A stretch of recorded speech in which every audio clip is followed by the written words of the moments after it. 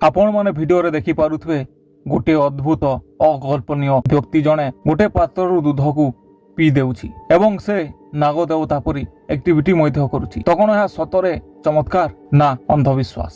ଆସନ୍ତୁ ଏହି ଭିଡିଓରେ ଆମେ ସମ୍ପୂର୍ଣ୍ଣ ଭାବେ ଏହି ବ୍ୟକ୍ତିର ପର୍ଦ୍ଦାଫାଶ କରିବା ଏବଂ ସତ୍ୟତାକୁ ଜାଣିବା।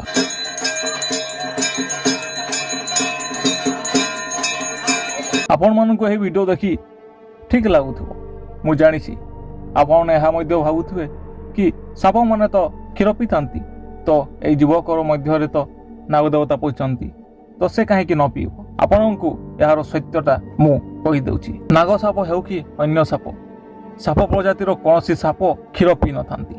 ଯଦି କିଛି କ୍ଷୀର ପିଇ ଦେଇଥାନ୍ତି ତେବେ ସେମାନେ କିଛି ସମୟ ପରେ ମରିଯାଇଥାନ୍ତି। ଆପଣମାନେ ଯଦି ବିଜ୍ଞାନ ବିଷୟରେ କିଛି ନା କିଛି ଜାଣିଛନ୍ତି, ଯେଉଁଟାକି ଆମେ ହରମୋନ ରେନିନ୍ ବୋଲି ଜାଣିଥାଉ, ଏବଂ ଏହି ହରମୋନ ବା ଏହି ରେନିନ୍ କ୍ଷୀରକୁ ପଚାଇବାରେ ସାହାଯ୍ୟ କରିଥାଏ, ଯାହାକି ମନୁଷ୍ୟ ଶରୀରରେ ରେନିନ୍ର ଏହି ହରମୋନ ଥାଏ, କିନ୍ତୁ ସାପର ଶରୀରରେ ନଥାଏ।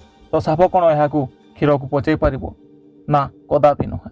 ତ ଏଠାରେ ସ୍ପଷ୍ଟ ହେଇଗଲା କି ଏହି ବ୍ୟକ୍ତି କାହାଠୁ ଶୁଣିଛି ବା ଦେଖିଛି କି ନାଗ କ୍ଷୀର ପିଏ ବୋଲି, ତ ସେଥିପାଇଁ ସେ ମଧ୍ୟ ନାଗ ଦେବତାର ଏଠାରେ ଆକ୍ଟିଭିଟି କରୁଛି। ତ ମୁଁ ଆପଣଙ୍କୁ ଏତିକି କହିବି, ଏମିତି ଅନ୍ଧବିଶ୍ୱାସ ଠାରୁ ଆପଣ ଦୂରେଇ ରୁହନ୍ତୁ।